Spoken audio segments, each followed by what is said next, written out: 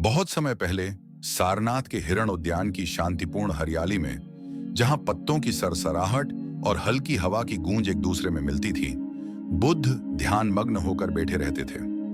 लोग दूर दूर से इस महान संत के वचन सुनने के लिए आते थे, यह आशा करते हुए कि उन्हें मानव अस्तित्व के संघर्षों से शांति और उत्तर मिलेंगे। एक सुबह जब सूरज क्षितिज पर उगा और अपने स्वर्णिम प्रकाश से धरती को चमकाने लगा, एक युवक जिसका नाम सुभूति था, हिरण उद्यान में पहुंचा।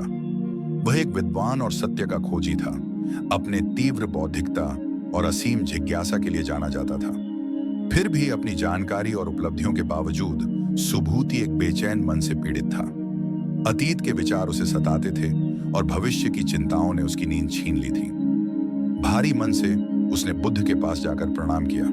बुद्ध बोधि वृक्ष के नीचे शांत भाव से बैठे थे।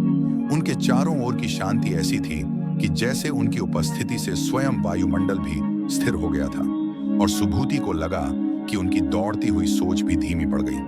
भगवान, सुभूति ने विनम्रता से सिर झुकाते हुए कहा, मेरा मन मुझे अत्यधिक कष्ट देता है। अतीत मुझे पछतावे से भर देता है और भविष्य मुझे भयभीत करता है। मैंने सुना है कि आप वर्तमान क्षण में जीने के बारे में शिक्षा देते हैं, पर मैं यह नहीं समझ पाता कि अपने विचारों की इन बेड़ियों से कैसे मुक्त हो सकता हूँ। जब मेरा मन मुझे बार बार कहीं और ले जाता है तो मैं वर्तमान में कैसे जी सकता हूँ। बुद्ध ने सुभूति को एक कोमल मुस्कान के साथ देखा। उनकी आंखों में दया का भाव झलक रहा था। उन्होंने एक साधारण मिट्टी का कटोरा उठाया और सुभूति को थमा दिया। आओ, उन्होंने कहा, हम इस बगिया में चलें और मैं तुम्हें कुछ दिखाऊंगा। वे साथ साथ चलते हुए बुद्ध ने कहा, यह कटोरा जो मैंने तुम्हें दिया है खाली है, जैसे हमारा मन भी होना चाहिए, अतीत के बोझ और भविष्य की चिंताओं से मुक्त। परंतु देखो, हमारे चारों ओर की दुनिया विकर्षणों से भरी हुई है जो हमें भटकाती है। अचानक बुद्ध एक पेड़ की ओर इशारा करते हुए रुक गए। देखो सुभूति, उन्होंने कहा, तुम वहां क्या देखते हो? सुभूति ने देखा कि एक पक्षी शाखा पर बैठा हुआ मधुर गीत गा रहा था, जो अपनी खुशी से वातावरण को भर रहा था। वह उस पक्षी के गीत में इतना खो गया कि कुछ क्षणों के लिए वह अपनी चिंताओं को भूल गया। उसने अपने भीतर एक अनजान शांति का अनुभव किया, जो उसने पहले कभी महसूस नहीं की थी। कुछ समय बाद बुद्ध ने कहा, क्या तुमने देखा सुभूति, जब तुमने उस पक्षी के गीत को सुना तो तुम्हारा मन शांत हो गया था? उस क्षण में तुम पूरी तरह से वर्तमान में थे, न अतीत के बारे में सोच रहे थे और न ही भविष्य की चिंता कर रहे थे। सुभूति ने धीरे से सिर हिलाया। हाँ भगवान, मैंने एक अजीब सी शांति महसूस की, पर यह इतनी जल्दी क्यों चली जाती है?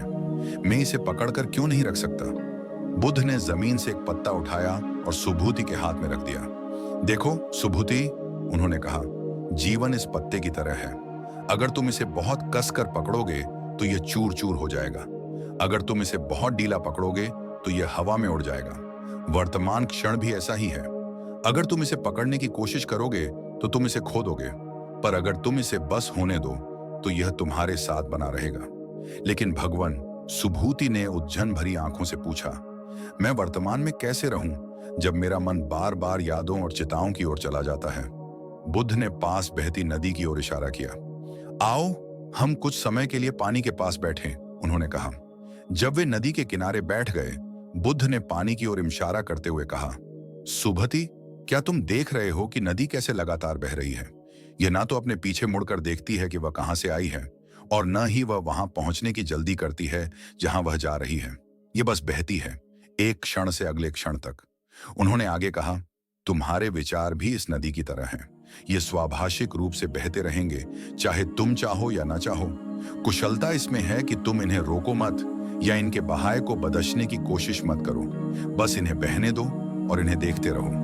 इन्हें जाने दो, पर इनके साथ मत बहो। इस जागरूकता में ही वर्तमान क्षण में जीने का रहस्य छिपा है। सुभूति ने बुद्ध की बातों को ध्यान से सुना, उनकी सरलता को अपने हृदय में गहराई से उतरने दिया।